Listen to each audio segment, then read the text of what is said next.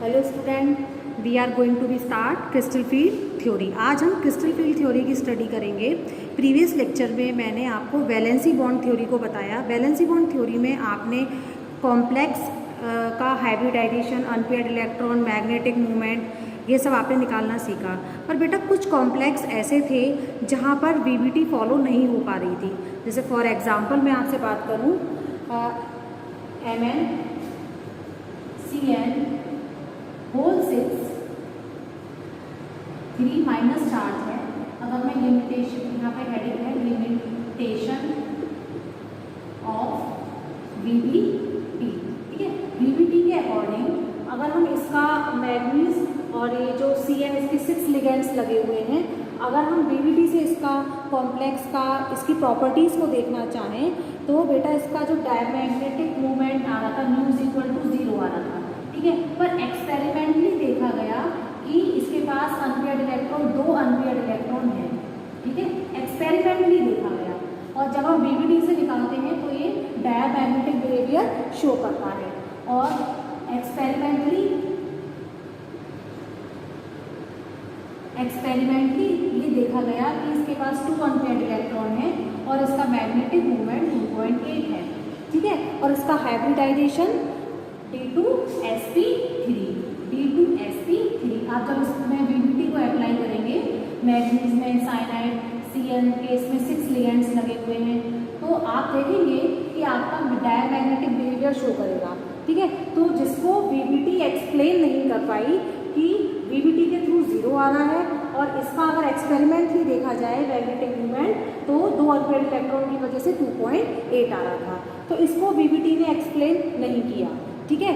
Next आपका example है copper CuNH3 whole 4 plus 2 charge, ठीक है।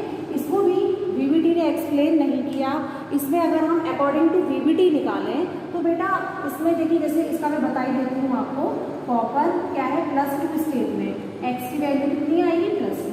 अब देखिए कॉपर में अगर हम देखें तो कितना होता है, लास्ट वाले शेल में इसका 3d10 और 4s कितना होता है, 2, 4s1, ओके। अब जब कॉपर को +2 में आप लाएंगे तो एक इलेक्ट्रॉन तो s में से निकलेगा और एक इसमें से निकलेगा, d में से। तो बेटा इसका कितना हो जाएगा, 3d9, 1 2 3 4 5, तो इसमें 1 2 3 4 5 6 7 8 9, ओके। फिर ये 4s और ये 4p और ये 4d, 1 2 3 4 5 p, ये आपका 3d 4s एंड 4p और 4d। अगर हम इसमें वीबीटी अप्लाई करते हैं तो बेटा जो ये अमोनिया है, NH3 है, ये आपका ये जो लिगैंड है, अब इसमें एक अनपेयर्ड इलेक्ट्रॉन है, अब एक अनपेयर्ड इलेक्ट्रॉन है।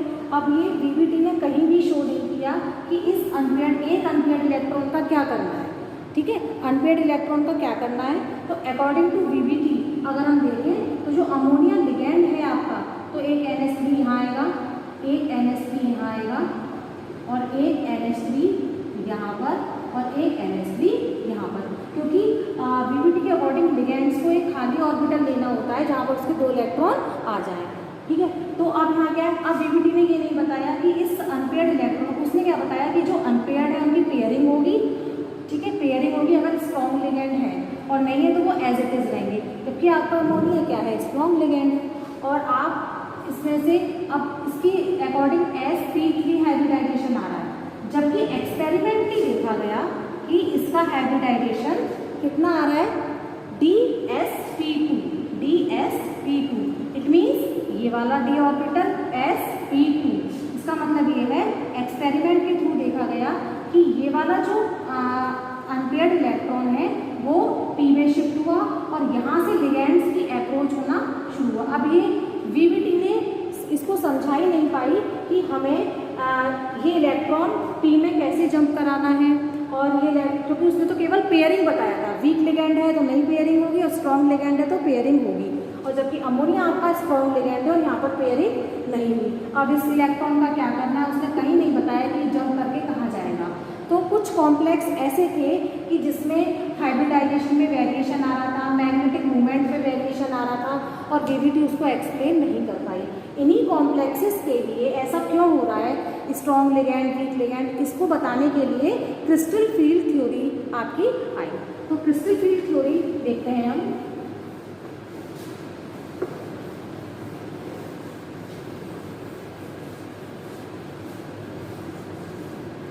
हेडिंग आप डालिए क्रिस्टल फील्ड थ्योरी। तो क्रिस्टल फील्ड थ्योरी में आपने ये देखा, उन्होंने क्रिस्टल फील्ड थ्योरी में हम एज्यूम करते हैं कि आपका जो लिगैंड है और सेंट्रल मेटल एटम है, इनके बीच में कोई कोऑर्डिनेशन बॉन्ड नहीं होता, ये केवल क्या शो करते हैं, इंटरेक्शन। ठीक है, ये क्या शो करते हैं, interaction between ligand and central metal atom. इन्होंने इसको एक चार्ज के थ्रू लिया, लिगैंड मतलब प्लस और माइनस, एक डाइपोल जो चार्जेस होते हैं आयनिक फॉर्म में, इसको कॉम्प्लेक्स को लिया। ठीक है ना, प्योरली आयनिक है, it does not explain any bond. ठीक है, उन्होंने कोई बॉन्ड को एक्सप्लेन नहीं किया। और ligand and central metal atom to be point charges. Okay, तो उन्होंने ये 2 पॉइंट बताए। नेक्स्ट आपका बताया CFT explain splitting only d orbital. ठीक है ना, crystal field theory explain only splitting only d orbital, it does not comment s and p orbital. उन्होंने केवल क्या बताया कि हम d ऑर्बिटल की ही स्प्लिटिंग को समझेंगे, उन्होंने s और p के बारे में कुछ नहीं बताया। यहाँ पर उन्होंने क्या बताया कि जो लिगैंड और सेंट्रल मेटल एटम है, उनके पास क्या होते हैं, चार्जेस होते हैं, और वो एक इंटरेक्शन, उनके बीच में एक इंटरेक्शन होता है, और वो प्योरली आयनिक होते हैं। ठीक है, next exact value of magnetic movement, exact value of magnetic movement. ठीक है, अब जो हमारे यहाँ VBT में जो कंफ्यूजन था, जिसका म्यू 0 आ रहा था, जबकि उसमें अनपेड इलेक्ट्रॉन 2 है और VBT उसको एक्सप्लेन नहीं कर पा रही थी, तो यहाँ पर आपकी exact value of magnetic movement के बारे में आप पता लगा सकते हैं। ठीक है ना, और हमेशा इसके थ्रू, CFT के थ्रू मैग्नेटिक मूवमेंट आपका हमेशा ठीक आता है। ठीक है, इसमें एक और है कि इसके थ्रू हम it does not explain hybridisation, इसमें हमें कोई हाइब्रिडाइजेशन की इंफॉर्मेशन नहीं मिलती, no information about hybridisation. Hybridisation के लिए हमें कहाँ जाना होगा, VBT के लिए। ठीक है ना, VBT से हाइब्रिडाइजेशन निकालना होगा, पर बाकी जो कॉम्प्लेक्सेस में आपके वेरिएशंस आ रहे थे, वो CFT के थ्रू आपके दूर हो जाएंगे। ठीक है, तो इसका फर्स्ट पॉइंट ये है, ligands and central metal atom interaction to be purely ionic. Purely ionic मतलब पॉजिटिव एंड नेगेटिव चार्जेस को उन्होंने डेवलप किया, दोनों के बीच में चार्जेस हैं और उनके बीच में इंटरेक्शन है। फिर CFT explain splitting only d orbital, जब लिगैंड्स अप्रोच करता है सेंट्रल मेटल एटम पर, तो d ऑर्बिटल में कुछ चेंजेस होते हैं, वो CFT ने आपका एक्सप्लेन किया। Next exact value of magnetic movement, magnetic movement means mu is equal to √n और n+2। यहाँ से आप निकालते हैं मैग्नेटिक मूवमेंट को, तो CFT के थ्रू ये कमी भी आपकी दूर हो गई। ठीक है, अब फोर्थ इसमें यह कहता है इससे हम कोई भी हाइब्रिडाइजेशन की इंफॉर्मेशन नहीं ले सकते, वो हमें VBT से ही लेनी पड़ेगी। ठीक है, तो इस तरीके से कुछ इसके एजम्पशंस थे जो हमें इसमें CFT के लिए पढ़ने पड़ेंगे। नेक्स्ट हम देखते हैं, मान लीजिए अब यहाँ पर explain splitting only d orbital. अब हम d ऑर्बिटल की ही बात करते हैं। बेटा हम सब जानते हैं कि d ऑर्बिटल्स जो होते हैं हमारे पास 5d ऑर्बिटल्स होते हैं, 5d ऑर्बिटल्स होते हैं, 1 2 3 4 5। ठीक है, जिसमें हमें उनका नाम भी पता है, नाम क्या होता है इनका, dxy, yz और zx, फिर dx square Y square and D Z square. इस तरीके से ये हमारे पास 5 d ऑर्बिटल्स होते हैं। तो जब आपके पास यहाँ पर कोई भी लिगेंड्स नहीं है, ठीक है, जब 5 d ऑर्बिटल्स की अगर हम बात करें तो all 5 d orbitals have equal energy, ठीक है ना। जब आपके पास इन एब्सेंस ऑफ लिगेंड, जब आपके पास कोई लिगेंड नहीं है, absence of ligand, all 5 d orbitals have equal energy. इन सबकी एनर्जी क्या होती है? Equal energy. इनकी एनर्जी स्टैंड क्या है? इक्वल है। और इस कंडीशन को हम क्या बोलते हैं? डीजेनरेट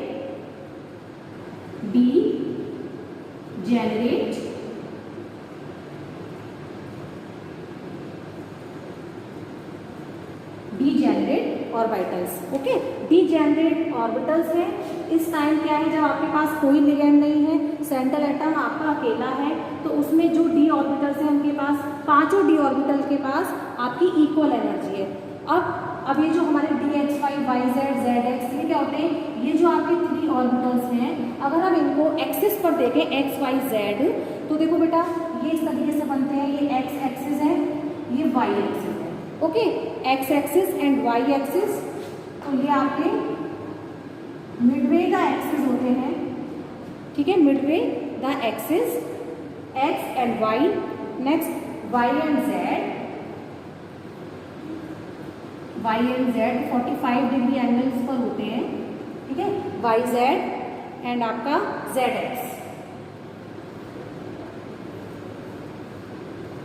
ये 45 डिग्री के एंगल पर होते हैं, ठीक है, जेड एक्स हो गया। तो इस तरीके से इसको बोलते हैं बिटवीन द एक्सिस। ये कहाँ होते हैं? Between the axis. ओके, अब बात आती है D X square Y square. ये आपके कहाँ होते हैं? Along the axis. ये आपके एक्सिस पर होते हैं।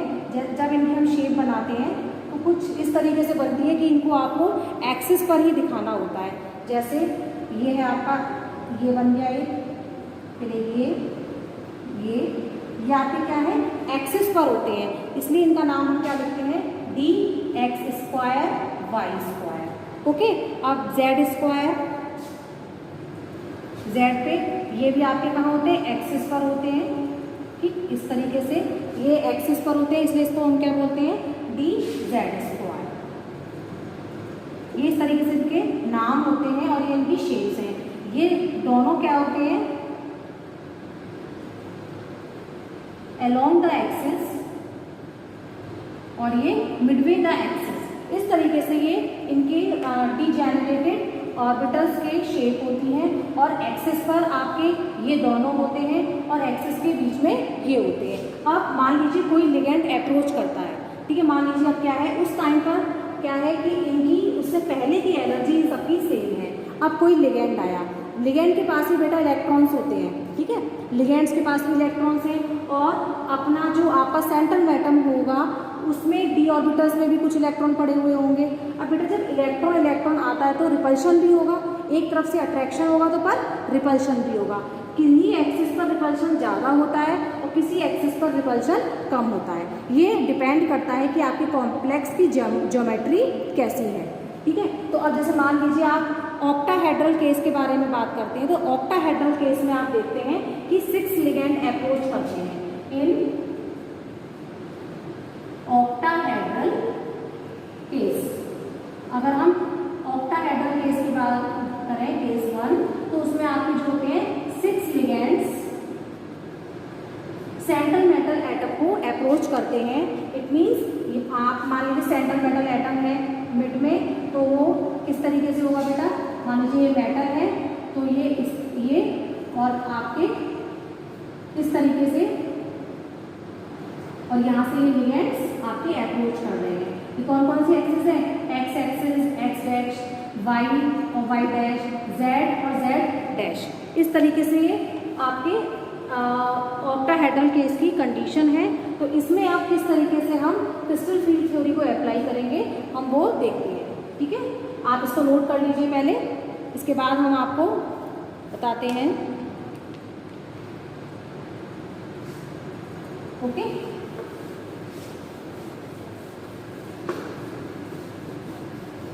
अब बात हो रही है हमारी इन ऑक्टाहेड्रल केस। जब आपके पास 6 लिगेंड्स अप्रोच कर रहे हैं तो उसमें क्या होता है बेटा, जैसे कि आपकी ये 5 ऑर्बिटल्स हैं 1 2 3 4 1 2 3 4 5, और अब इनका जो नाम दिया है DXY, DYZ, DZX और DX2 Y2 और DZ2। तो बेटा जैसे ही कोई लिगेंड आपका अप्रोच करता है इन पर, तो इनमें क्या होता है कि रिपल्शन होता है, और सबसे ज़्यादा रिपल्शन जिसमें होगा जो आपके ऑर्बिटल्स एक्सिस पर हैं, और एक्सिस पर कौन से ऑर्बिटल्स हैं, DX2 Y2 और DZ2। ये तो एक्सिस के बीच में है, ठीक है। तो बेटा जब इन पे कोई लिगेंड अप्रोच करता है तो इनमें जब इनकी जो रिपल्शन होता है तो इनकी एनर्जी हाई हो जाती है। जब एनर्जी हाई हो जाएगी तो क्या होगा, रिपल्शन भी ज़्यादा होगा और एनर्जी हाई हो जाएगी। जब एनर्जी हाई हो जाती है तो इन पांचों ऑर्बिटल्स का स्प्लिटिंग स्टार्ट हो जाती है। स्प्लिटिंग में देखा जाता है कि जो एक्सिस पर आपके ऑर्बिटल्स हैं उनकी एनर्जी हाई हो जाती है, उनकी एनर्जी हाई, ठीक, और जो एक्सिस के बीच में होते हैं उनकी एनर्जी क्या हो जाती है आपकी, लो, ठीक है। तो अब जैसे इसका नाम क्या है, DXY, DYZ और DZX, और ये कौन से हैं, DX2 Y2 और DZ2। हम ऑक्टाहेड्रल केस में पढ़ रहे हैं कि जब कोई लिगेंड आपका अप्रोच करता है डी ऑर्बिटल्स पे उसको कॉम्प्लेक्स कंपाउंड बनाने के लिए, तो बेटा सेंट्रल मेटल एटम पर पहले से डी ऑर्बिटल्स में इलेक्ट्रॉन्स होते हैं। मान लीजिए लिगेंड आपका एक्सिस पर आ रहा है, जो आपके ऑर्बिटल्स एक्सिस पर होंगे उनमें रिपल्शन ज़्यादा होगा, तो रिपल्शन ज़्यादा होगा तो उनकी एनर्जी क्या होगी, ज़्यादा हो जाएगी और स्टेबिलिटी कम हो जाएगी, ठीक है। तो एनर्जी का डायरेक्ट रिलेशन क्या है, स्टेबिलिटी से होता है। तो बेटा जैसे ही रिपल्शन होगा इनकी एनर्जी हाई होगी, ये स्प्लिट हो जाते हैं, ये 5 ऑर्बिटल, एक आपके ये लोअर एनर्जी लेवल और ये हाई एनर्जी लेवल इसमें स्प्लिट हो जाते हैं, जिसको हम क्या बोलते हैं, इसको बोलते हैं EG सेट, इसको बोलते हैं ना T2G सेट, ओके। अब इसके जो बीच में ये होता है, इनकी एनर्जी गैप को हम बोलते हैं क्रिस्टल फील्ड स्प्लिटिंग एनर्जी, ठीक है, जिसको हम डेल्टा नॉट से रिप्रेजेंट करते हैं, ठीक है, डेल्टा नॉट। और ये जो आपका होता है बैरियर, बैरी सेंटर होता है, ठीक है, बैरी सेंटर होता है, ये बैरी सेंटर जहां पर क्या होती है आपकी जो एनर्जी होती है वो 0 होती है, इसको बोलते हैं बैरी सेंटर, इसको बोलते हैं हम बैरी सेंटर, ठीक है। अब इसमें आप देखिए जब स्प्लिटिंग होती है तो बेटा इनकी एनर्जी भी आपकी डिफरेंट हो जाती है। तो जो ऊपर वाली ऑर्बिटल्स हैं इनकी जो एनर्जी होगी प्लस 0.6 डेल्टा, और ये जो आपकी ये वाली एनर्जी है बैरियर बैरी सेंटर से लेके नेक्स्ट की -0.4 डेल्टा। इस तरीके से इनकी स्प्लिटिंग स्टार्ट हो जाती है, और ये देखा जाता है कि जो EG आपकी EG का जो ये सेट है इसकी energy greater than T2G set. तो ये आप ध्यान रखिएगा, ये क्या है, इसमें एनर्जी होती है और किसकी एनर्जी ज़्यादा होती है, जिनमें रिपल्शन ज़्यादा हो गया वो जो एक्सिस पर थे, और एक्सिस पर आपके क्या थे, ये दोनों थे। जब एक्सिस पर थे तो इनकी एनर्जी ज़्यादा, रिपल्शन भी ज़्यादा, और इनकी एनर्जी प्लस 0.6, और जो आपके एक्सिस के बीच में थे उनकी एनर्जी लो, और उसको T2G सेट बोलते हैं। उनकी एनर्जी क्या है, स्प्लिटिंग एनर्जी वो -0.4 डेल्टा नॉट। डेल्टा नॉट मतलब इन ऑक्टाहेड्रल केस, ठीक है ना, O का मतलब ऑक्टाहेड्रल केस। तो बेटा अब extra stabilising occur due to splitting D orbital is called crystal field splitting energy, ठीक है। इसी को हम जो एक्स्ट्रा स्टेबिलाइजिंग हुआ है किसकी वजह से हुआ है, due to splitting is called CFSE, इसी को हम बोलते हैं CFSE। अब देखिए मान लीजिए अब हमारे पास एक बात ये आती है कि ऑक्टाहेड्रल केस है। अब हमने एक चीज़ और पढ़ी थी, वीक लिगेंड और स्ट्रॉन्ग लिगेंड। ठीक है। अब मान लीजिए आपके पास केस 1, इफ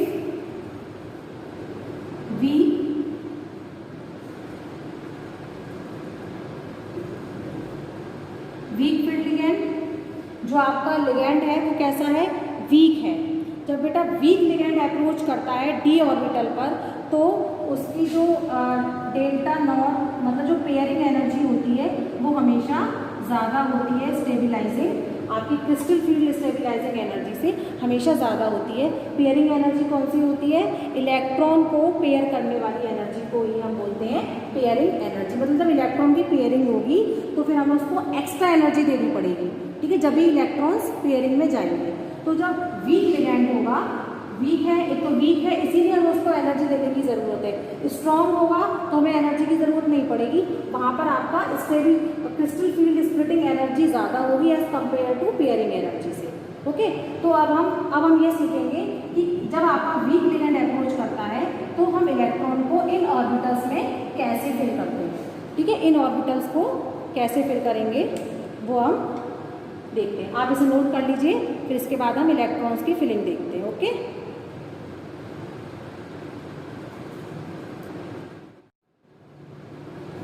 बेटा इस वीक फील्ड लिगेंड के लिए हम ऑर्बिटल्स में इलेक्ट्रॉन को फिल करना सीखते हैं। किस तरीके से हमें वीक फील्ड लिगेंड में करना है, वीक फील्ड लिगेंड, ठीक है, जिसमें हमारा क्या होता है, पेयरिंग एनर्जी ज़्यादा होती है आपकी क्रिस्टल फील्ड एनर्जी से। ओके, मान लीजिए अब आपके पास क्या है, D1 नंबर ऑफ इलेक्ट्रॉन्स में यहाँ दूंगी ऑर्बिटल्स का जो होगा, और जो हमने सेट बनाए हैं वो कौन से हैं, Eg और T2g वाले। तो पहले जो हमारा नीचे जो लेवल है वो कौन सा है, T2g, फिर Eg, इसके बाद N अनपेयर्ड इलेक्ट्रॉन, ठीक, N क्या है, स्मॉल है, अनपेयर्ड इलेक्ट्रॉन, इसके बाद मैग्नेटिक मोमेंट, इसके बाद स्पिन मल्टीप्लिसिटी जिसको हम 2s+1 से निकालते हैं, उसके बाद हमारा मैग्नेटिक नेचर, पैरामैग्नेटिक है या डायमैग्नेटिक है, इसके बाद हमारा क्रिस्टल फील्ड एनर्जी, ठीक है ना, क्रिस्टल फील्ड स्प्लिटिंग एनर्जी। इस तरीके से हमें डालना है। अब देखिए जैसे मान लीजिए ऑर्बिटल D1, हमारे पास क्या है, D1 और इसमें कितने हैं आपके ऑर्बिटल्स, T2g में 3, dxy yz zx और Eg में x² y² z², ठीक है। D2 मान लीजिए D3, फिर D4 एंड D5, 10 तक होता है बेटा, आप और नीचे तक बना लीजिएगा, मैं आपको कुछ यहाँ सॉल्व करके बता देती हूँ, ठीक है। मान लीजिए मेरा D में 1 इलेक्ट्रॉन है और वीक फील्ड लिगेंड अप्रोच कर रहा है, तो बेटा सबसे पहला जो इलेक्ट्रॉन है वो D में ही रहेगा, ठीक। D के हिसाब से इसका जो number of unpaired electron 1, magnetic movement कितना आ जाएगा, इसका फॉर्मूला भी होता है, मैंने आपको बता रखा है, क्या है, μ √n n+2, इसके हिसाब से भी निकाल सकते हैं, नहीं तो आप मुझे डायरेक्ट भी बता सकते हैं, इसमें निकालेंगे तो √3 आएगा। इसके बाद S क्या है, स्पिन मल्टीप्लिसिटी, एक इलेक्ट्रॉन के लिए +½ होता है, तो कितना हो गया बेटा, 2 × 1/2 + 1, कितनी वैल्यू आ गई, 2, ओके, +½ की वैल्यू कितनी हो गई, 2 आ गई। नेक्स्ट, अब मान लीजिए आपके पास 2 इलेक्ट्रॉन है, ऐसे ही आप निकालते जाइए, इससे आपको क्या पता पड़ेगा, अब नेचर कैसा है, आपके पास एक अनपेयर्ड इलेक्ट्रॉन है, इट मीन्स ये पैरामैग्नेटिक, ठीक है। अब इसकी क्रिस्टल फील्ड एनर्जी हमें कैसे निकालनी है, T2g के लिए आपके पास एनर्जी क्या था, -0.4 डेल्टा नॉट, ठीक है। आप T2g में कितना इलेक्ट्रॉन है, 1, तो कितना हो गया, मल्टीप्लाई 1, कितना आंसर आ गया बेटा, -0.4 डेल्टा नॉट। इस तरीके से आप स्प्लिटिंग एनर्जी को कैलकुलेट कर सकते हैं। अब इलेक्ट्रॉन 2 है हमारा ये और ये, बेटा वीक फील्ड लिगेंड में हमें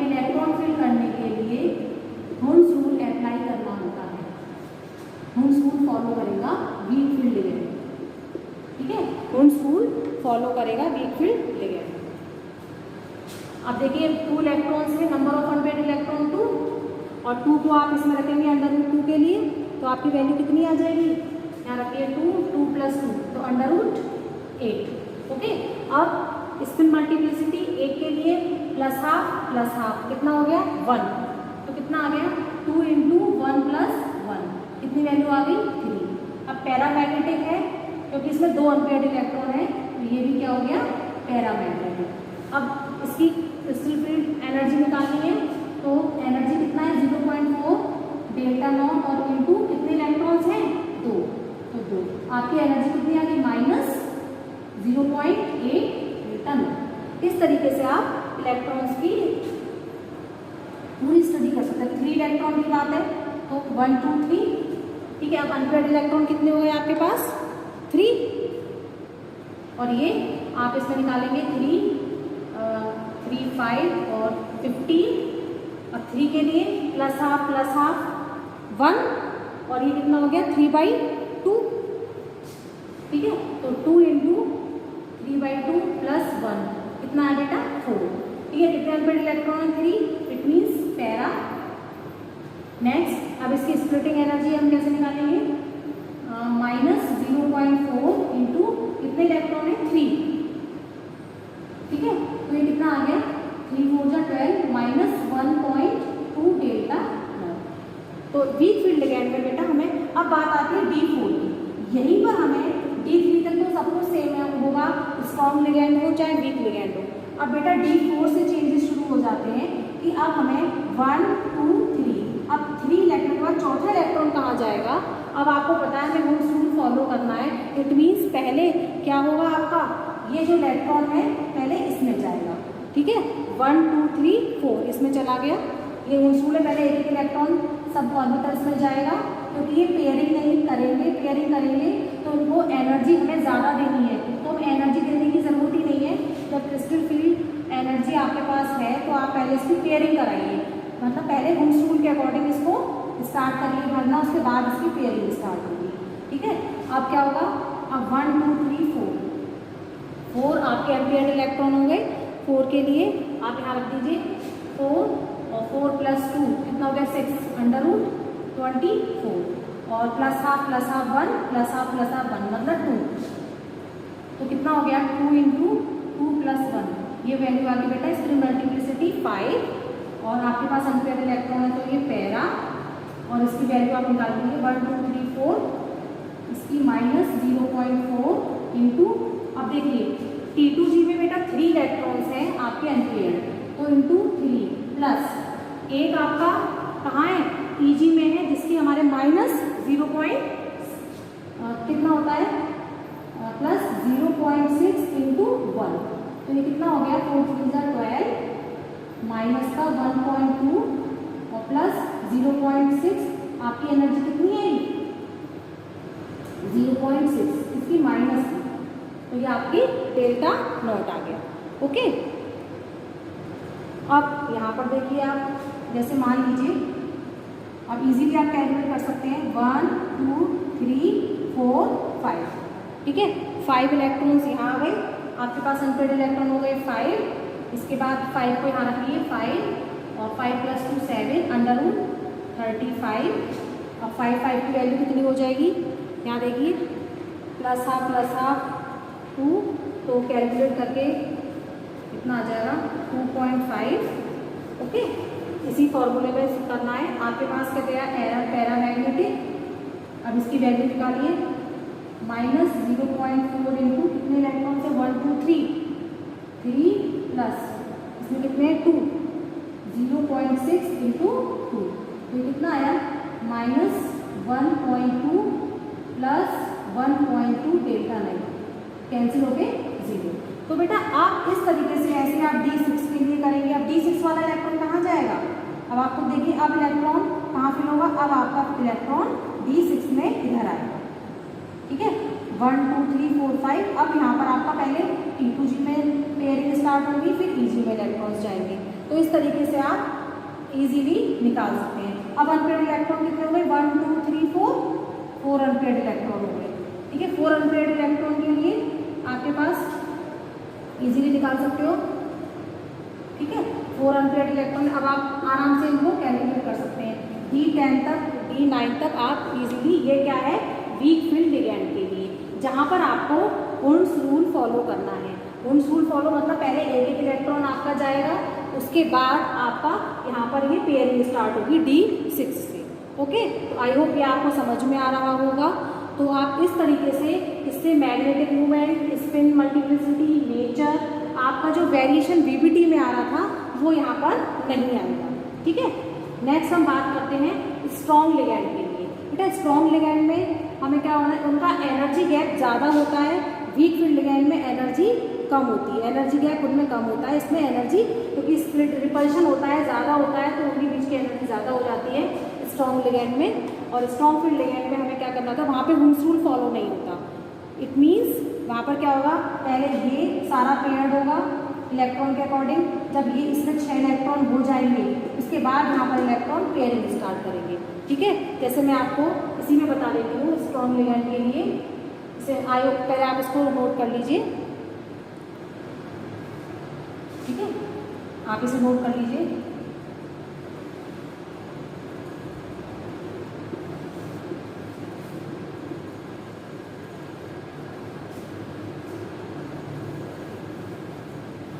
तो ये आप कैलकुलेट पूरी टेबल को इजीली बना सकते हैं। ठीक है, जब आपके पास क्या हो, स्ट्रॉन्ग लिगैंड हो, वहाँ पे does not follow हुंस rule. Strong ligand हो, वहाँ पर आपका क्या है, जो पेयरिंग एनर्जी होगी वहाँ पर क्या हो जाएगी, कम हो जाएगी इससे। ठीक है, और वहाँ पर डज नॉट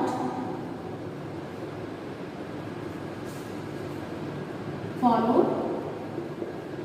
हुंस रूल।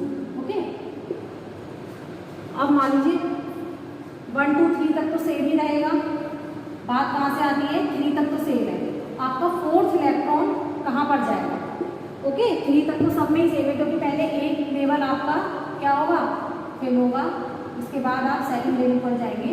तो मैं स्टार्ट कर देती हूँ D4 से। ओके, D4 से 3 तक तो बेटा 3 इलेक्ट्रॉन इसमें जाने जाने हैं। तो देखिए 1 2 3।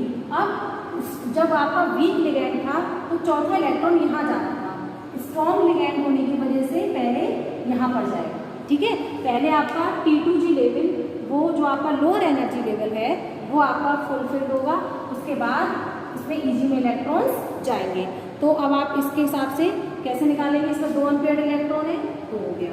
ठीक, अब इसका मैग्नेटिक मोमेंट कैसे निकालेंगे, N2 लग लीजिए, 2 और 2 + 2 4 √8। इसको वैसे आप क्या लिख सकते हैं, 2.8 भी लिख सकते हैं, मैंने आपको बताया था। इसे +½ +½ 1, कितना आ गया, 2 × 1 + 1 कितना आ गया, 3 आ गया। ओके, नेचर क्या हो गया, पैरामैग्नेटिक। इसमें स्प्लिटिंग एनर्जी कितनी जाएगी, 1 2 3 4। कितने इलेक्ट्रॉन्स हैं बेटा, 4 इलेक्ट्रॉन्स हैं, तो कितना हो जाएगा, -0.4 × 4, कितना हो गया, 4 4 16 -1.6 × 9। इस तरीके से आप इसको कैलकुलेट कर सकते हैं। ओके, अब मान लीजिए D6 की बात हो। D6 में कैसे करेंगे आप, 1 2 3। ठीक है, वहाँ पे क्या हो रहा था, पहले इलेक्ट्रॉन 4 5 फिर 6 यहाँ आ रहा था। हमें 1 2 3 4 5 6 पहले T2G को पूरा फिल करना है, उसके बाद इलेक्ट्रॉन हमारा आगे वाले शेल में जाएगा। तो यहाँ पर क्या होगा, एक भी अनपेयर्ड इलेक्ट्रॉन नहीं है, 0। मैग्नेटिक मूवमेंट भी 0। अब आपका एक भी अनपेयर्ड इलेक्ट्रॉन यहाँ पर 0 लग गया, तो आपका इसकी मल्टीप्लिसिटी आ गई 1। इट मीन्स D6 वाला क्या हो गया, एक भी अनपेयर्ड इलेक्ट्रॉन नहीं है, तो डायामैग्नेटिक। ठीक, डायामैग्नेटिक। अब इसका 1 2 3 4 5 6 इलेक्ट्रॉन है, कितना हो जाएगा, -0.4 × 6, कितना आ गया, -2.4 डेल्टा। तो बेटा इस तरीके से आप क्रिस्टल फील्ड स्प्लिटिंग एनर्जी से किसी भी कॉम्प्लेक्स का स्ट्रॉन्ग लिगैंड है तो आप इजीली निकाल सकते हैं कि डी में कितने इलेक्ट्रॉन्स हैं, वो कैसे शिफ्ट करेंगे, कैसे उनको फिल करना है। ये आपको क्रिस्टल फील्ड स्प्लिटिंग थ्योरी से सब पता पड़ जाता है। ओके, ये आप नेक्स्ट डी 10 तक कर लीजिएगा, कहाँ डायमैग्नेटिक आ रहा है, कहाँ पैरामैग्नेटिक आ रहा है, तो आप इसे इजीली सब कुछ हाइब्रिडाइजेशन आपको वीबीटी से ही पता लगेगा। ओके, आई होप ये आपको समझ में आ गया होगा। आप इसके और पूरी टेबल बना लीजिए तो और अच्छे से प्रैक्टिस हो जाएगी। ठीक है, नेक्स्ट वीडियो में हम बात करेंगे in case of tetrahedral complex. Thank you.